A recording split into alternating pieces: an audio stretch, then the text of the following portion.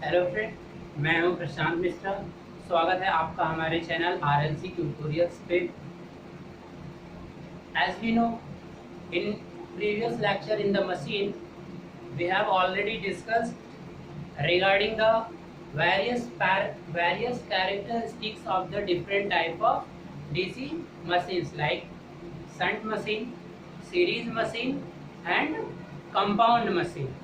ठीक है, इन सबके हमने torque versus armature current, speed versus armature current and the torque versus the speed, ये तीनों के तीनों कैरेक्टरिस्टिक्स हमने क्या किया था, ड्रॉ किया था। और कैरेक्टरिस्टिक्स ड्रॉ करने के बाद हमें पता चला था कि आपकी जो शंट मशीन है वो अप्रोक्सीमेट कांस्टेंट स्पीड मशीन होती है, क्योंकि उसकी नो लोड से फुल लोड के बीच में बहुत कम वैरी होती है। Then we can neglect. So इनका यूज जो होता है वो आपका constant application, constant speed application में आप कर सकते हैं। सो दूसरा था आपका सीरीज, तो वहाँ से हमें पता चला हाईएस्ट स्टार्टिंग टॉर्क, ठीक है, और इसलिए इसका एप्लीकेशन वहाँ पे होता है जहाँ पर हमको स्टार्टिंग में हाई स्टार्टिंग टॉर्क चाहिए होता है। और वहाँ से एक और पॉइंट आपको निकल के आया था, we never start this machine without any load and that load is not under correct the driven belt। driven belt it means fully belt से जो लोड लगा था वो नहीं, उसको छोड़ के कुछ एक्स्ट्रा लोड आपको सॉफ्ट पे चाहिए होता है। तो अब आज का जो टॉपिक है, आज की टॉपिक पे बात करते हैं the speed control of the DC motor. आपकी डीसी मशीन जो है उसकी स्पीड बहुत ही इफिशिएंट स्पीड कंट्रोल होता है डीसी शंट मोटर में, इसलिए डीसी शंट मोटर को बहुत अच्छे से इसको किसी भी एप्लीकेशन पे यूज़ किया जाता है। चलिए, तो बेसिकली अगर इस प्रॉब्लम को समझना है तो हम स्टार्ट करते हैं मैथमेटिकल एक फॉर्मूला से कि अगर यहाँ पर आप सबको पता है कि जो ईबी होता है अगर मोटर के केस में that is proportional to flux. अभी हम किसी भी स्पेशल मशीन की बात नहीं कर रहे हैं, ओके। तो अगर स्पेशल मशीन की बात नहीं कर रहे हैं तो यहाँ पर n लिखो चाहे ओमेगा लिखो, ये आपका जनरली होता है। तो यहाँ से हमने क्या फाइंड किया था कि m proportional to EB and divided by flux. So m is equal to आपका क्या हो गया, यहाँ से ईबी को हम क्या लिख सकते हैं, v minus I A R A divided by flux. तो यहाँ से स्पीड को कंट्रोल करने की कितनी मेथड्स आपको दिख रही हैं, आई होप मुझे तो यहाँ से 3 मेथड्स दिख रही हैं, ठीक है। या तो एक इक्वेशन जो पहली आपकी है, अगर किसी तरह से पहला जो मेथड है वो है आपका फ्लक्स डिफिनिंग, मतलब यहाँ से आप देख रहे हो कि जो फ्लक्स है वो प्रोपोर्शनल टू, अगर इसको कांस्टेंट मान लो कि वो कांस्टेंट है तो पाई, तो मतलब क्या है, इनवर्सली रिलेशन है। यहाँ पर अगर flux start to increases so this one start to decreases. तो फ्लक्स को अगर वीकेंड करोगे तो फ्लक्स को इंक्रीज तो नहीं कर सकते, तो अगर फ्लक्स को मैं डिक्रीज कर रहा हूँ तब ये क्या करेगा, इंक्रीज करेगा। तो आपकी जो पहली मेथड है वो आपकी होती है flux control method. It means हम जो पहली मेथड पढ़ने वाले हैं इसका नाम है, अगर फ्लक्स कंट्रोल मेथड, या इसका नाम होता है फ्लक्स वीकनिंग।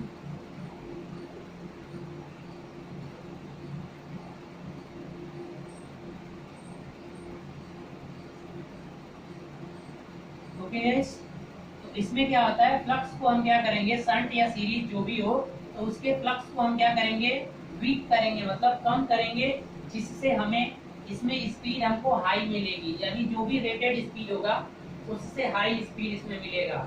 इस प्रोसेस में आप जब भी फ्लक्स कंट्रोल करेंगे, ठीक है, तो इसमें आपको स्पीड एक रेटेड स्पीड से ऊपर ही मिलेगी, मतलब above, for above rated speed.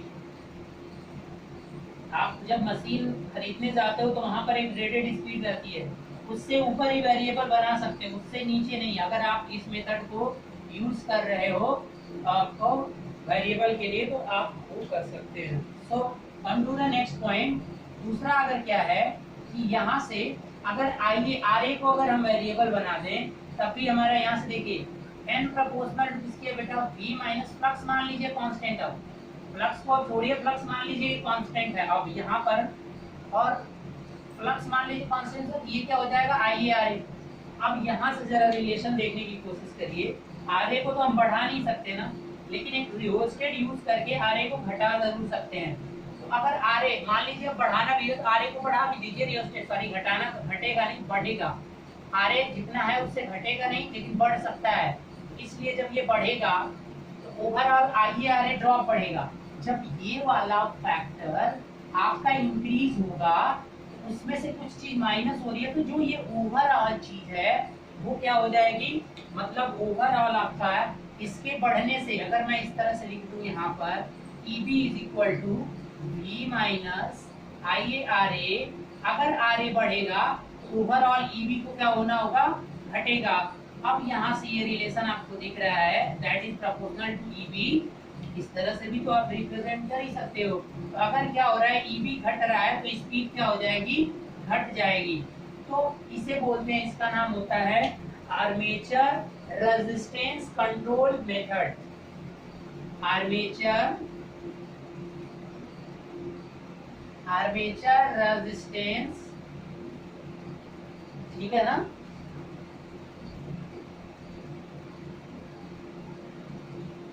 Control method. अब यहां पर जरा दीजिएगा, यहाँ स्पीड कम होती है तो ये method prefer for below rated speed. Is it clear? एक आपका एबव रेटेड प्रोवाइड करा रहा है और एक क्या करा रहा है, बिलो रेटेड आपको प्रोवाइड करा रहा है। तो इस तरह से ये दो मेथड। अब तीसरी मेथड आपके सामने क्या आएगी, वो आएगी आपकी वोल्टेज कंट्रोल। मतलब अब यहाँ से देखिए कि अगर इसको नेगलेक्ट कर दीजिए आप आई ए आर ए को, तो यहाँ से एन प्रोपोर्शनल किसके हो जाएगा, वी के। अगर आई ए आर ए ड्रॉप को क्या कर दिया जाए, नेगलेक्ट कर दिया जाए, ये बस एजम्पशन है मेरा समझाने के लिए। तो यहाँ से वोल्टेज वेरिएबल, मतलब इसको बोलते हैं आपका, इस मेथड का नाम voltage control method. Voltage control method. यहाँ दोनों हो सकता है, वोल्टेज को बढ़ा भी सकते हो घटा भी सकते हो, लेकिन वोल्टेज को बढ़ाओगे तो समस्या आपके साथ इंसुलेशन की भी आ सकती है। तो इसलिए मैक्सिमम ये अगर वोल्टेज को डिक्रीज ही किया जाता है, बढ़ाया नहीं जाता है, क्योंकि अगर वोल्टेज को बढ़ाने लगोगे तो आपके आर्मेचर या सारी जो चीज़ें हैं उसमें इंसुलेशन प्रोवाइड होता है, और इंसुलेशन का बेस क्या होता है बेटा, वोल्टेज होता है। तो फिर इंसुलेशन ब्रेक डाउन हो जाएगा ना। तो मैक्सिमम प्रीफर जो सेफ कंडीशन होती है, वो सेफ कंडीशन आपकी होती है कि आप इसको कम ही करो तो स्पीड कम होगी, यानी ये भी बिलो रेटेड पे ही आपका मैक्सिमम प्रीफर होता है। तो ये तीन मेथड्स हैं जिससे हम किसी भी मशीन में आपको क्या कर सकते हैं, किसी भी मशीन में आर्मेचर करंट को वेरी करा सकते हैं, सॉरी आर्मेचर रेजिस्टेंस को एक रियोस्टेट लगा दीजिए, और फ्लक्स को कैसे वेरी करेंगे। अभी तक आपने देखा कि हमें किसी तरह से फ्लक्स को वेरी बनाना है, दूसरे वाले मेथड में हमें रेजिस्टेंस को वेरी बनाना है, तीसरे वाले मेथड में वोल्टेज को वेरी कराना है। तो इन तीनों मेथड्स को समझने के लिए आपको पता है कि शंट और सीरीज, ये दोनों के दोनों जो मशीन होते हैं ये अलग अलग प्रॉपर्टी रखते हैं। तो इसलिए ये सारे के सारे मेथड्स सब मशीनों पे एक जैसे अप्लाई नहीं होंगे। हाँ, कॉन्सेप्ट यही रहेगा, तरीका अलग अलग होगा। तो चलिए अब हम पहले डिस्कस करते हैं speed control of DC shunt motor, उसके बाद हम फिर सीरीज का देखेंगे। और कंपाउंड की बात करें तो जो क्यूमुलेटिव कंपाउंड होता है उसके मैक्सिमम कैरेक्टर मिलते जुलते हैं किससे, शंट से। ठीक है, थोड़ा सा शंट से हाई स्पीड रखता है, हाई टॉर्क रखता है, लेकिन लगभग आप अप्रॉक्स मान सकते हो कि उसके सारे के सारे पैरामीटर शंट की तरह वो बिहेव कर सकता है। एक्चुअल में ऐसा नहीं होता है, थोड़ा सा डिफरेंस होता है, but you can assume. So let us start the first control method, that was the DC motor.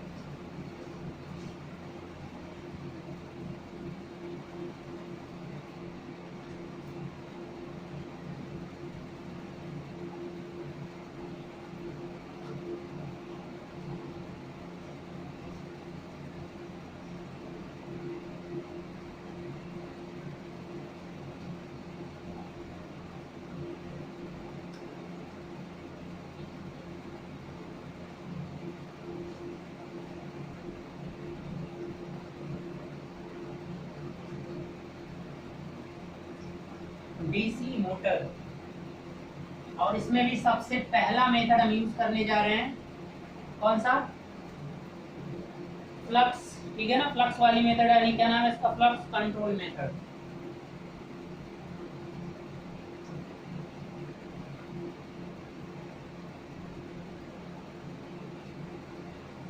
Flux को कंट्रोल करना है। देखिए भैया, आप पहले डीसी मोटर तो बनाइए। ये है आपका डीसी मोटर, ये ब्रशेस हो गया, ये आर्मेचर हो गया,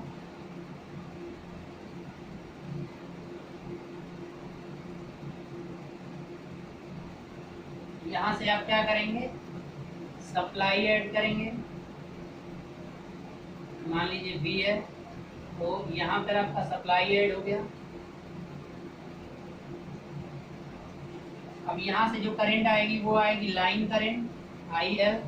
यहाँ जो करंट जाएगी वो आर्मेचर करंट।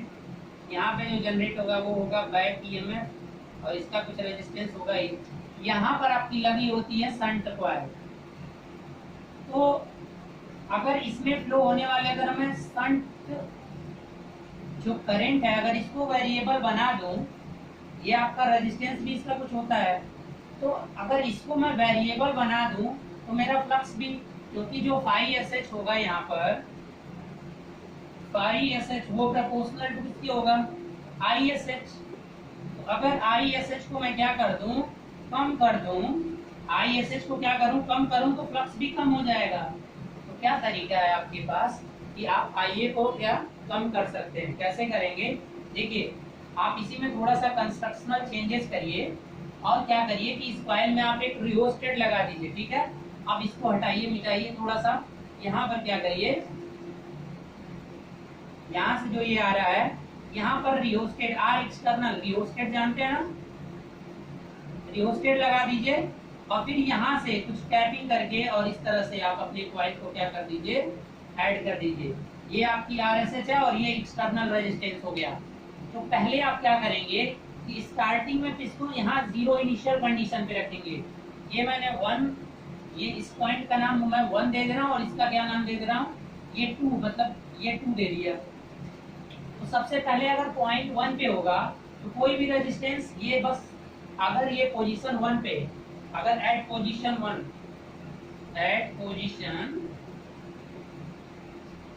तो उस समय जो RSH होगा वो केवल RSH ही होगा। तो उस समय ISH क्या होगी?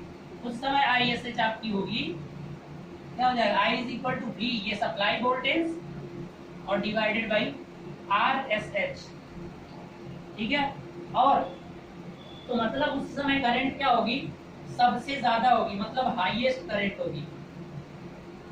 करंट उस समय क्या होगी? हाईएस्ट होगी। जब पोजीशन 2 पर रहोगे,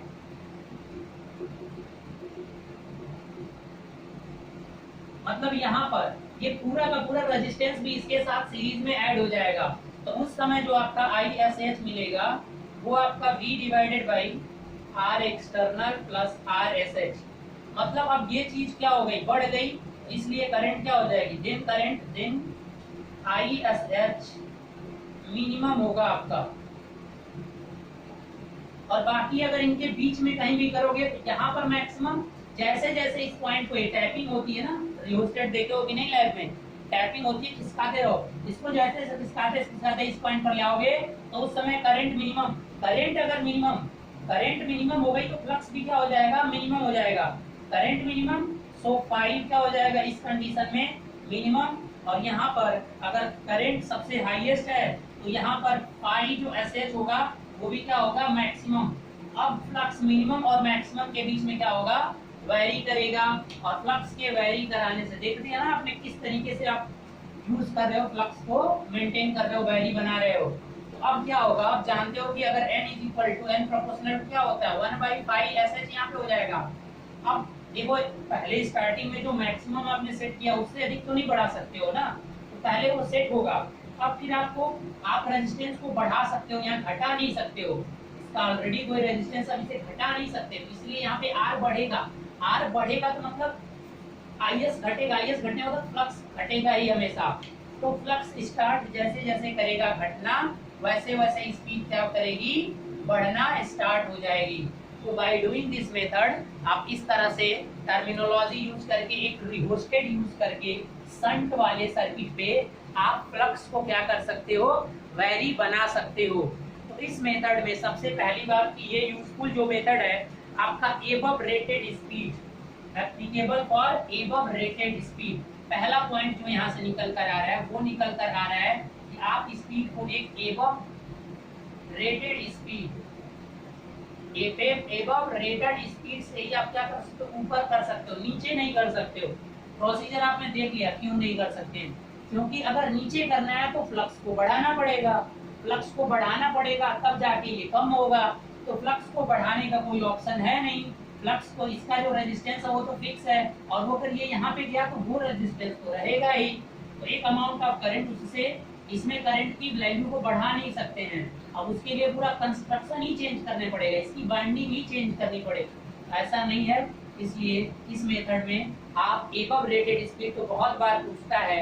अब यहाँ जरा देखिएगा, अगर इस स्पीड से आपने स्पीड कंट्रोल करोगे, अब जैसे जैसे आप इस रिहोस्टेट को घुमाओगे मोटर की स्पीड क्या होती जाएगी, कंट्रोल होती जाएगी, बढ़ती जाएगी।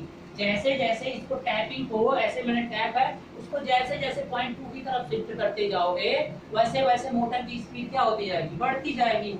आपको अंदर कुछ नहीं दिखेगा, आप तो यहाँ पे पढ़ रहे हो तो इतना सब पढ़ रहे हो, लेकिन जब मोटर के साथ ऑपरेशन करोगे तो आप बस कनेक्शन इस तरह से करोगे, ये कनेक्शन कर लिया और बस स्लाइडर को घुमाते रहो। रियोस्टेट पे एक स्लाइडर रहता है, उसको 1 से 2 की तरफ जैसे जैसे लेते जाओगे मोटर की स्पीड बढ़ती जाएगी।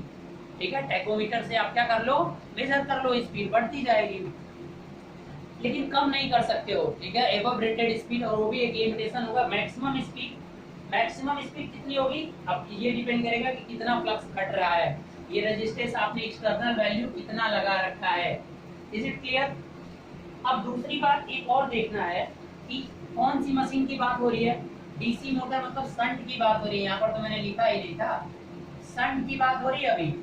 तो शंट में अगर हम बात करते हैं तो टॉर्क प्रोपोर्शनल टू किसके होता है, phi IA। Is it clear?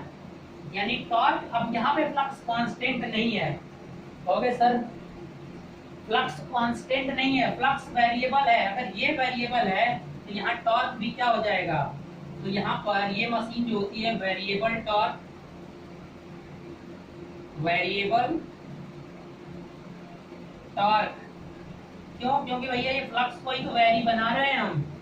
वैसे नॉर्मली तो कांस्टेंट रहता है डीसी मशीन में फ्लक्स, लेकिन हम एक्सटर्नल एक रियोस्टेट यूज करके उसको वेरी करा रहे हैं, क्योंकि हम अपने स्पीड को क्या करना चाहते हैं, कंट्रोल करना चाहते हैं।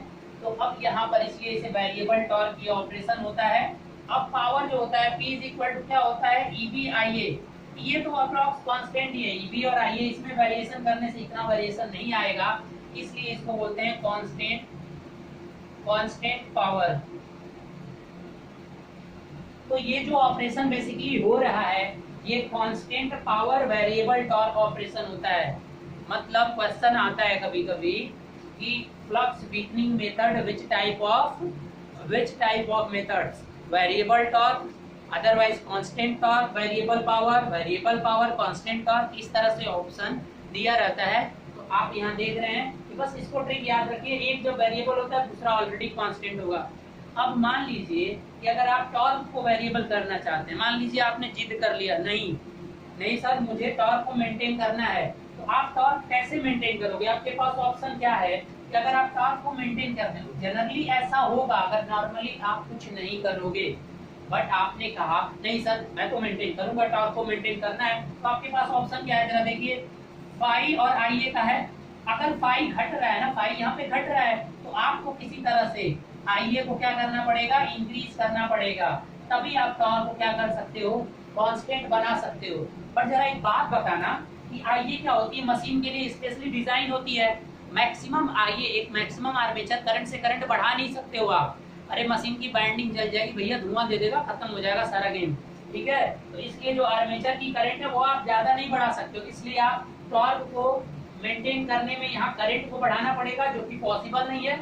इसलिए ये जो होता है वेरिएबल टॉर्क और कांस्टेंट पावर पे ऑपरेट करता है, EB IA पे कोई इफेक्ट नहीं पड़ेगा ज्यादा, इसलिए पावर क्या रहती है, कांस्टेंट रहती है इस प्रोसीजर में, और टॉर्क वेरिएबल होता रहता है।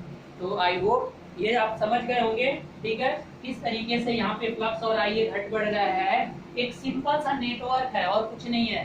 करंट कैसे बढ़ेगा, कैसे घट रहा है, आप बस यहाँ पर और कुछ नहीं है। एक और चीज कि जब कोई भी मोटर, कोई भी डीसी शंट मोटर अगर वो इस वाले ऑपरेशन में चल रहा है और उसमें ऑलरेडी ये मेथड पे ऑपरेट करा, लैब में गए आपने इस तरह की सर्किट बना दी, ठीक है, तो उस समय जो स्टार्टर लगाओगे वो 3 पॉइंट स्टार्टर वहां काम नहीं करेगा।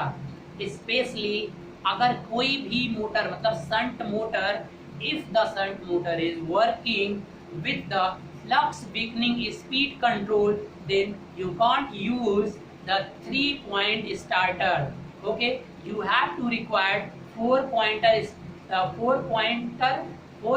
starter for this special case.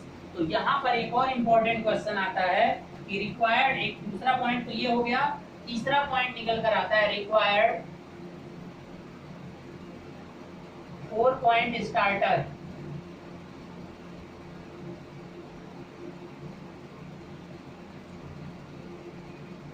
समझा दूंगा जब स्टार्टर समझाऊंगा, तो अभी स्टार्टर बताए तो यहाँ पे बताने लगूंगा तो it will take more time. तो इतनी सारी चीजें हैं जो कि इस मेथड से आपको रिमेम्बर करनी है। क्लियर है? चलिए इसका स्क्रीनशॉट ले लीजिए आप।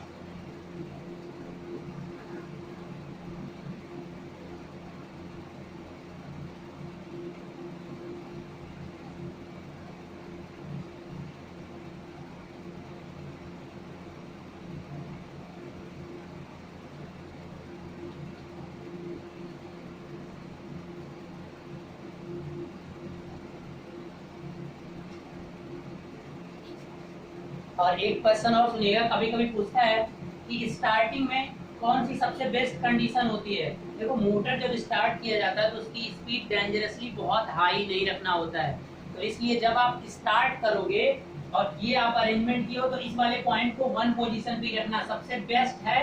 इस मेथड से जब आप कर रहे हो तो इस पॉइंट को, इस पॉइंटर को यानी स्लाइडर को यहाँ पे रखना, मतलब उस समय क्या हो, स्पीड सबसे कम हो और फिर स्पीड बढ़ना शुरू हो। ये नहीं कि जैसे स्टार्ट यहाँ किया और इसको यहाँ पे रख दिया, मशीन की स्पीड बहुत तेजी से हाई होगी और हो सकता है अनस्टेबल हो जाए।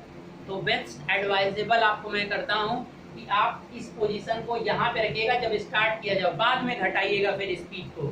ठीक है, बेस्ट स्टार्टिंग के लिए आपको उस पोजीशन पे। चलिए अब हम दूसरे मेथड पे जाते हैं।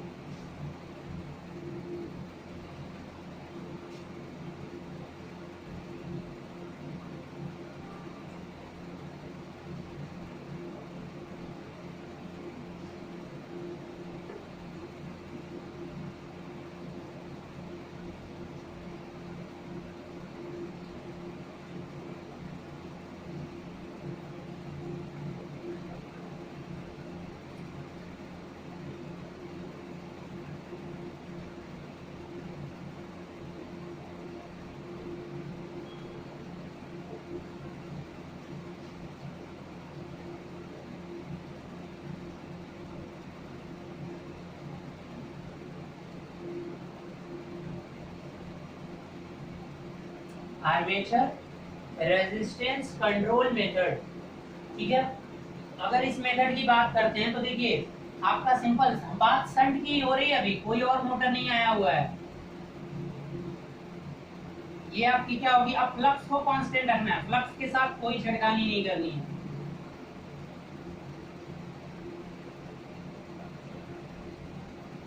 भैया फ्लक्स के साथ कुछ नहीं करना है। अब देखिए इस तरह से नॉर्मली होता है, लेकिन RA जो है इसको बदलना है। तो अब इसको बदलने के लिए जैसे पीछे वहां पर रियोस्टेट लगाए थे, यहाँ पर भी एक रियोस्टेट लगा दीजिए इसके सीरीज में। RA का इधर ही होगा ना इसके सीरीज में, अब उसके सीरीज में आप लगा दीजिए। तो अब ये सर्किट को मैं थोड़ा सा अलग करके बनाता हूँ। इस वाले सर्किट को देखिए क्या करना होगा,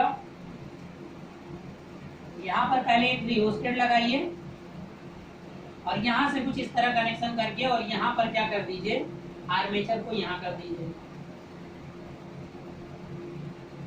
इज इट क्लियर? ये आपका आर एक्सटर्नल, अब रियोस्टेट यहाँ पर लगाइए, रियोस्टेट है कुल मिला के। अब ये इसका आर ए यहाँ पर होगा और इसमें बैक ईएमएफ आएगा ही, और यहाँ से जो करंट अब इधर आएगी वो इधर, अगर ये यहाँ पर होगा तब तो इसका कोई रेजिस्टेंस नहीं आएगा और आरए आपका आरए रहेगा। अब जितना इसको नीचे यहाँ से करते जाओगे, अब यहाँ भी सेम रेफरेंस एज्यूम करिए, ये 0.1 और ये क्या होगा 0.2 और ये आपका RSH, और यहाँ से सिंपल सा ये लाइन करंट आएगी, इधर जो जाएगी वो शंट ISH यहाँ पे कांस्टेंट रहेगी, यहाँ पे IA वैरी करेगा क्योंकि इधर आने वाली करंट डिपेंड करेगी। अब 1 2, अब सेम यहाँ पे भी मैं आपको एक चीज दिखा रहा हूँ कि जब ये पॉइंटर, जब slider, when slider at point 1, तो उस समय आपका IA जो होगा बेटा, IA इज इक्वल टू क्या हो जाएगा, इसमें आने वाली करंट मतलब ये वोल्टेज इसके क्रॉस V है और डिवाइडेड बाय इसमें आने वाली जो और रेजिस्टेंस चाहिए, तो जब ये 1 पर होगा तो इसका कोई भी पार्ट इसमें काउंट नहीं होगा, समझ रहे हैं ना। तो यहाँ पर केवल RA होगा, मतलब और RA क्या होता है, बहुत कम होता है, ठीक है ना। RA क्या होगा, बहुत कम होगा, तो इसलिए अगर RA बहुत कम होगा तो करंट क्या रहेगी, बहुत हाई रहेगी। तो जब ये स्लाइडर अगर आप 0.1 पर रख रहे हो तो आर्मेचर करंट बहुत हाई होगा। तो अब एक बात बताइए, अगर आर्मेचर करंट हाई होगा तो रिलेशन क्या है आपका, फ्लक्स तो कांस्टेंट है ना बेटा, तो n प्रोपोर्शनल टू यहाँ क्या होगा, V माइनस IA RA। अब देखिए जब IA हाई हुआ मतलब RA क्या हुआ, कम हुआ, तो ये हाई है तो कुल मिलाकर जो ये ड्रॉप होगा ये क्या होगा, हाई होगा। तो स्पीड अब क्या होगी, इस समय क्या होगी, स्पीड बहुत हाई होगी। V माइनस आई मतलब ये वैल्यू अगर स्टार्टिंग की बात करो ना बेटा, RA क्या होगा, बहुत कम वैल्यू है, उस समय जो IA बहता है स्टार्टिंग की बात कर रहे हैं, जब हम रेजिस्टेंस यहाँ पर ऐड नहीं किए हैं, अभी कोई भी रेजिस्टेंस यहाँ पर हमने ऐड नहीं किया है, तो आपकी करंट भी आई है, रेजिस्टेंस कम है बहुत, और ये तो कुल मिलाकर ये बहुत कम होगा और स्पीड उस समय सबसे स्पीड क्या होगी, हाईएस्ट स्पीड होगी। तो उस कंडीशन में जो n होगी वो क्या होगी, हाईएस्ट होगी।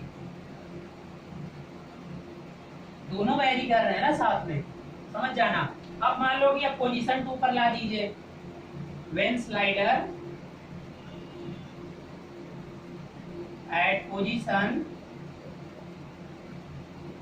2, अब जरा ध्यान दीजिएगा कि IA इज इक्वल टू क्या हो जाएगा, सॉरी EB के साथ मुझे करना चाहिए था, अभी चलिए ठीक है, अरे हाँ ठीक है, EB तो हो चुका है ना, EB is equal to V minus IA RA, ठीक है। तो IA इज इक्वल टू क्या हो जाएगा, यहाँ से ये चीज नहीं होना चाहिए था, IA और RA का कुछ रिलेशन है, मतलब इसको छोड़ दीजिए, ये करने की जरूरत नहीं, डायरेक्ट तो दिख रहा है ना बेटा, RA उस समय कम है ना, अरे ये चीज डायरेक्ट इसमें नहीं कर सकते। और इस फार्मूले में जो अभी मैं लिखा था ये टोटली रॉन्ग मेथड है, क्योंकि EB भी अंदर जनरेट होता है, तो उसको आप भूल मत जाइएगा मेरी तरह। यहाँ से डायरेक्ट देखिए ना, अभी R बहुत क्या है, कम है, क्योंकि केवल सर्किट में R ही है, R कम है तो ये चीज बहुत कम होगी, स्पीड लगभग क्या होगी, हाईएस्ट होगी। अब क्या हो जाएगा, अब दूसरे केस में n प्रोपोर्शनल टू सेम है V माइनस IA RA। अब RA, अब यहाँ पर जो RA बन जा रहा है, अब ये जब 2 पे आ गया तो ये एक्सटर्नल वाला भी ऐड हो जाएगा, तो मतलब RA प्लस R एक्सटर्नल, इतना रेजिस्टेंस हो, मतलब रेजिस्टेंस बढ़ गया, ये रेजिस्टेंस बढ़ गया, तो जो ये टोटल चीज है ये क्या हो जाएगी, बढ़ जाएगी, और उसमें से ये चीज इसमें से ये घट रही है, तो ओवरऑल जो भी ये है EB है ये क्या हो जाएगा, घट जाएगा, तो स्पीड फिर क्या हो जाएगी, घट जाएगी। मतलब जब 2 पे होगा तो उस समय स्पीड क्या होगी, मिनिमम होगी। इसीलिए आप देख रहे हैं, इसीलिए ये बिलो रेटेड स्पीड पे काम कर रहा है। स्पीड पहला पॉइंट यहाँ से आया, बिलो रेटेड स्पीड, ये समझ में नहीं आ रहा है। RA जब इंक्रीज हो गया तो ये पूरा का पूरा फैक्टर जो भी होगा वो बढ़ेगा, और किसी चीज में ये तो फिक्स है ना सप्लाई वोल्टेज, और इसमें से मान लो पहले 50 था, ये 10 था, तो कितना आ गया 40, अब मान लो ये 20 हो गया, तब कितना आ गया 30, मतलब स्पीड घटती जा रही है ना, उसी प्रोपोर्शनल में है, तो स्पीड भी घटती जाएगी। और जब वो 2 पे आ जाएगा तो 2 पे मिनिमम और 1 पे मैक्सिमम, और बाकी बीच में कहीं स्लाइड कराओगे तो स्पीड क्या करती जाएगी, वेरी करती जाएगी। तो सबसे पहले बिलो रेटेड स्पीड पे ये काम करता है, तो ये भी पूछता है कि जो आपका आर्मेचर रेजिस्टेंस कंट्रोल मेथड होता है, और ये इफिशिएंट नहीं होता है, नॉट मोर इफिशिएंट। पहला वाला जो था not high efficient, not high efficient. क्यों भाई? इसका रीजन पहला वाला जो मेथड था फील्ड वीकनिंग वाला, उसे मैंने बताया नहीं था, वो हाईली इफिशिएंट होता है क्योंकि जो लॉसेस होता है ना एक्सटर्नल लगाने से, इसमें जो करंट जा रही थी वो बहुत आईएसएच बहुत कम होती है, तो I S H square by R S H इसकी वैल्यू बहुत कम होगी। बट इन दिस केस इसमें जो लॉस होगा, रेजिस्टेंस है ना भैया, रेजिस्टेंस लगा रहे हैं वो, तो इसमें एक लॉस भी होगा आर एक्सटर्नल और आई ए स्क्वायर, और ये ज्यादा होगा, इसीलिए इफिशियंसी क्या हो जाएगी? घट जाएगी। तो जब भी आप ये वाला मेथड यूज करोगे तो आपकी मशीन की इफिशियंसी बहुत क्या हो जाती है?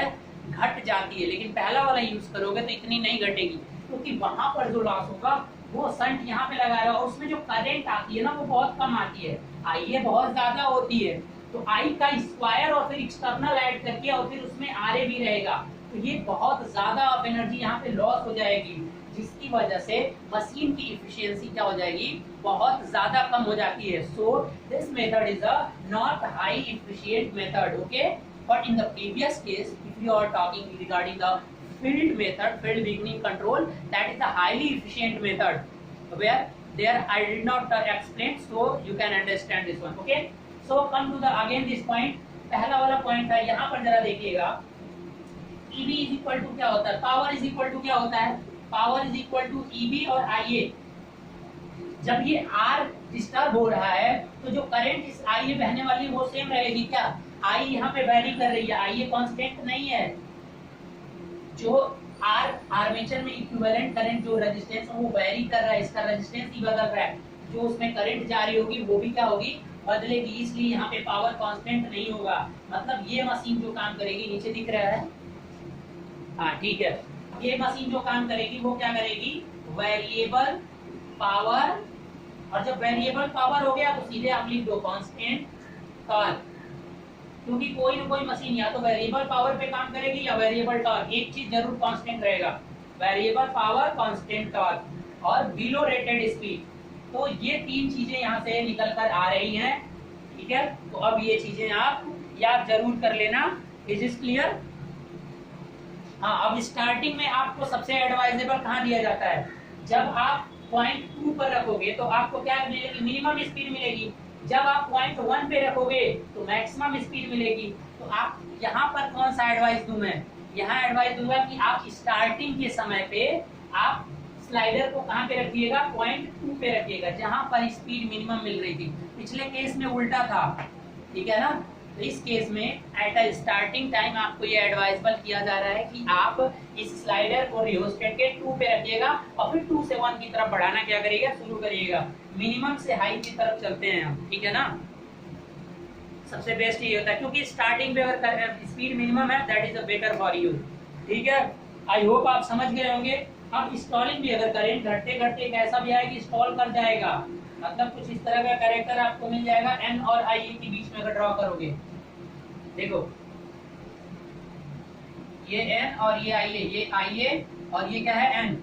मान लो नो लोड पे स्पीड घटती जाएगी ना, एक ऐसी भी स्पीड आएगी यहाँ पर लॉक हो जाएगी, स्पीड 0 हो जाएगी, ये एन नॉट, और इसको बोलते हैं, इसको आई ए क्या बोलते हैं? आई नॉट, मतलब जो भी आप बोल लीजिए। ये क्या होगा? इस करंट को बोला जाएगा स्टॉलिंग करंट, मतलब मैक्सिमम करंट होगी, इसको बोला जाएगा stalling current. That is the main reason of this one, क्योंकि ये स्पीड घट रही है, देखिए घटती जा रही है जैसे जैसे आई ए इंक्रीज करता जा रहा है, ठीक है। तो एक ऐसी आएगी जहां पर मैक्सिमम होगा, वहां से स्टॉल कर जाएगा और फिर ये no load. So I hope आप समझ गए होंगे कि किस तरीके से आप आर्मेचर रेजिस्टेंस को वेरी कराकर अपने स्पीड को वेरी करा सकते हैं इन द शंट मोटर। अब आपकी तीसरी मेथड जो आती है वो मेथड है, इतनी वो इजी होती नहीं है, वोल्टेज कंट्रोल मेथड, ठीक है। उसी का एक पार्ट होता है वर्ड लीनोड।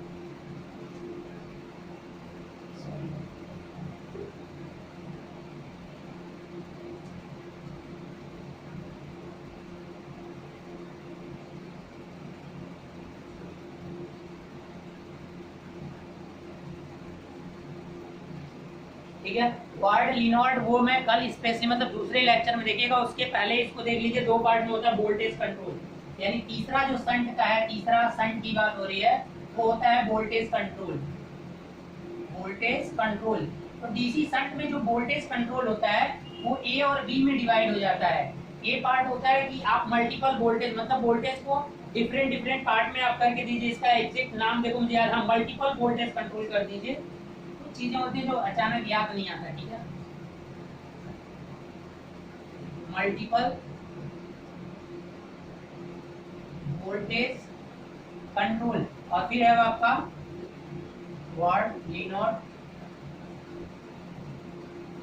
मेथड, ठीक है। ये स्पेशली अभी आज की वीडियो में नहीं होगा। अब पहले वाले को देख लेते हैं। पहले वाला सिंपल है, एक ही पार्ट हम यहाँ पे कर लेते हैं। वो पार्ट है सिंपल सा, n प्रोपोर्शनल टू किसके होता है बेटा, v minus I A R A.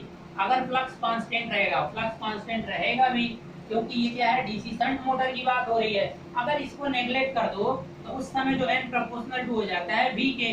अगर v को जैसे जैसे घटाते जाओगे, लेकिन v को घटाना इतना आसान होता नहीं है, शंट मोटर है, v को घटाओगे तो उधर फ्लक्स भी तो इफेक्टेड हो जाएगा ना बेटा।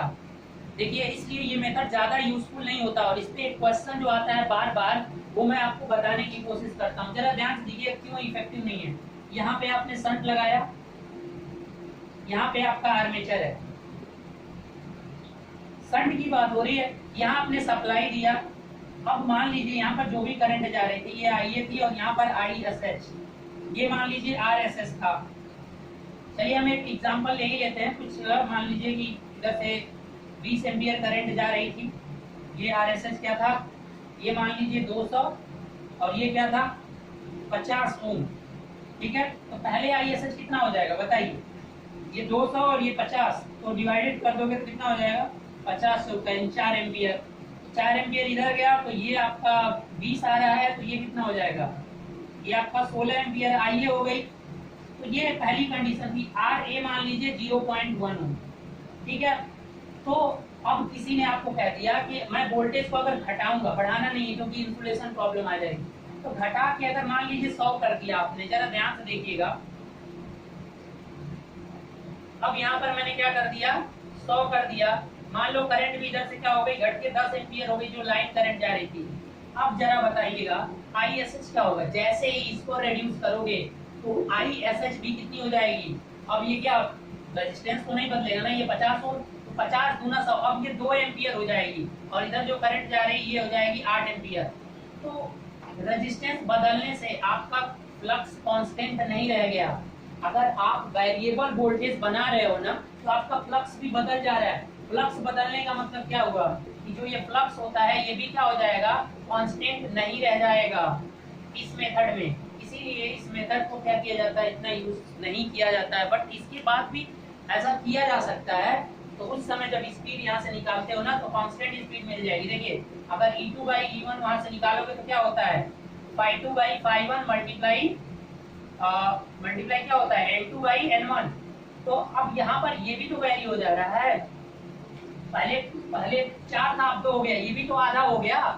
करंट अगर बढ़ गया, आई क्या हो गई, ये भी आधी हो गई।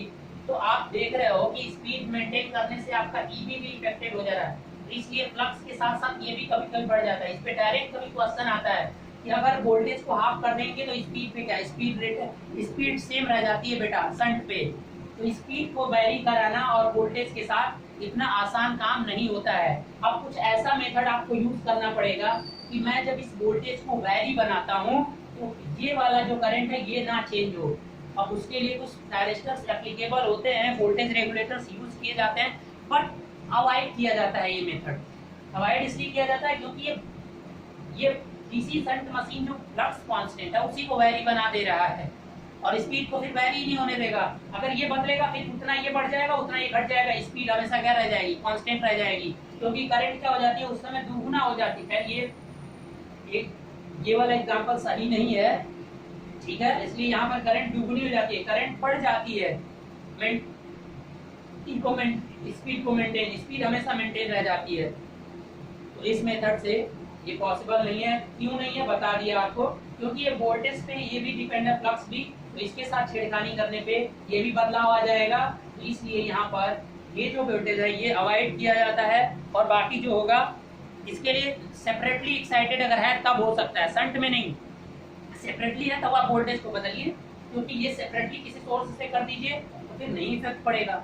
तो अगर सेपरेटली एक्साइटेड मशीन है तब तो ये बेस्ट है, कोई दिक्कत नहीं है, वोल्टेज वेरिएबल हम बना सकते हैं आराम से कोई भी वोल्टेज रेगुलेटर लगाकर। लेकिन शंट है तो शंट में ये भी इसी वोल्टेज के साथ जुड़ा हुआ होता है, तो ये भी बदल जाता है, यानी करंट बदलेगी तो आपका फ्लक्स भी बदल जाएगा। ठीक है, तो एक साथ दो चीजें बदलने लगी तो स्पीड का कंट्रोल इफेक्टिव नहीं रह जाएगा, इसलिए मेथड यूज किया जाता है वार्ड लीनॉर्ड मेथड। अब वो देखते हैं किस तरीके से यूजफुल होगा। ऐसे क्लियर? तो नेक्स्ट वीडियो में देख लेते हैं कितना टाइम बचा है। चलिए ठीक है, वैसे भी हो ही है टाइम अप्रॉक्स। ठीक है, तो नेक्स्ट वीडियो में देखते हैं वार्ड लीनॉर्ड, उसमें एक ही देखना है तो वो ज़्यादा टाइम का वीडियो नहीं होगा वो। ठीक है, उसके बाद उसी में हम स्टार्ट कर लेंगे, अगर वो ज़्यादा कम टाइम का हुआ तो उसी में हम अब आगे देखना है आपको स्पीड कंट्रोल। एक मेथड और बची है वार्ड लीनॉर्ड, वो दोनों पे यूज होती है, बिलो स्पीड और एबव दोनों के लिए यूज होता है। यही क्वेश्चन आज तक पूछा हुआ है, उससे ज़्यादा क्वेश्चन आया नहीं है, एक और क्वेश्चन बनता है तो इसलिए थोड़ा सा डिस्कस कर दूंगा मैं, लेकिन वो इम्पोर्टेंट बस इसीलिए वार्ड लीनॉर्ड जो होता है बहुत कॉस्टली होता है, सबसे बार बताएंगे कल। पहले तो दो मोटर लगेंगे, एक जनरेटर लगेगा, तो इसलिए इस तरह की स्पीड कंट्रोल बहुत कॉस्टली होता है। आज इस तरह तो यूज ही नहीं होता है, बस ये लैब में कहीं कहीं किसी एक्सपेरिमेंटल यूज होते हैं, बाकी कोई यूज नहीं है वार्ड लीनॉर्ड मेथड से स्पीड को कंट्रोल करने का। हाँ, लेकिन अगर उस मेथड है तो उस मेथड से आप below rated speed above rated speed दोनों आप फाइंड कर सकते हो, दोनों गेन कर सकते हो, ये उसकी क्वालिटी है। ठीक है, तो अब थोड़ा सा पहले इसे डिस्कस कर लेंगे, उसके बाद आपका देखेंगे कि सीरीज मोटर अगर है आपका तब आप स्पीड को कैसे कंट्रोल करेंगे। इस वीडियो में इतना ही guys, thank you for watching. ठीक है, देखते रहिए, मिलते हैं अगले वीडियो में, और प्लीज ज्यादा से ज्यादा आप लाइक जरूर कर दिया करिए। और वॉच टाइम मुझे समझ में नहीं आता, 2 लोग कभी वॉच करते हैं, कभी 4 लोग इस वीडियो को वॉच करते हैं, 20 लोग हो आप लोग, 20 लोग वॉच करते हो, वॉच टाइम इसमें दिखाता ही नहीं है, क्या करते हो आप लोग? ठीक है, थोड़ा सा इसके बारे में मुझे बताइए। Okay guys, thank you.